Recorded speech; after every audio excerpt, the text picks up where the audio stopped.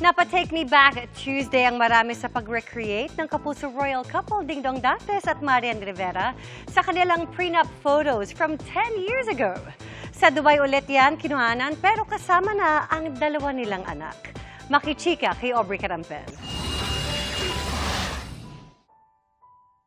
Celebrating 10 beautiful years of love.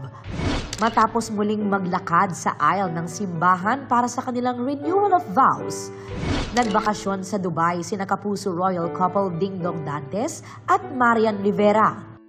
Napa-throwback pa ang dongyan sa kanilang prenup photos 10 years ago. At nirecreate ito sa disyerto. Extra special dahil syempre kasama na ang kanilang two beautiful children na sina Zia at Sixto. Nakadagdag sweetness and kilig pa ang golden sunset as their backdrop.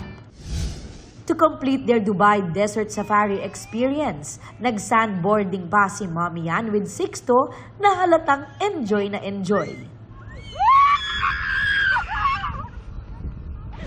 Binisita rin ng Dantes family ang Museum of Illusions at nag-post ng kanilang nakakatuwang mga litrato. Kabilang ang photo na ito na tila nakapatong sa plato ang ulo ni Zia. May kuha rin si Ate Z na nakaupo sa giant chair. Si Sixto may kuha naman kasama si Superman at meron din silang picture with Batman. Bukod dyan, may kuha rin si Mommy Yan at Sixto with an owl. Ayon sa post niyan, gumagawa sila ng bagong memories that will last a lifetime. Aubrey Carampel, updated sa Showbiz Happenings.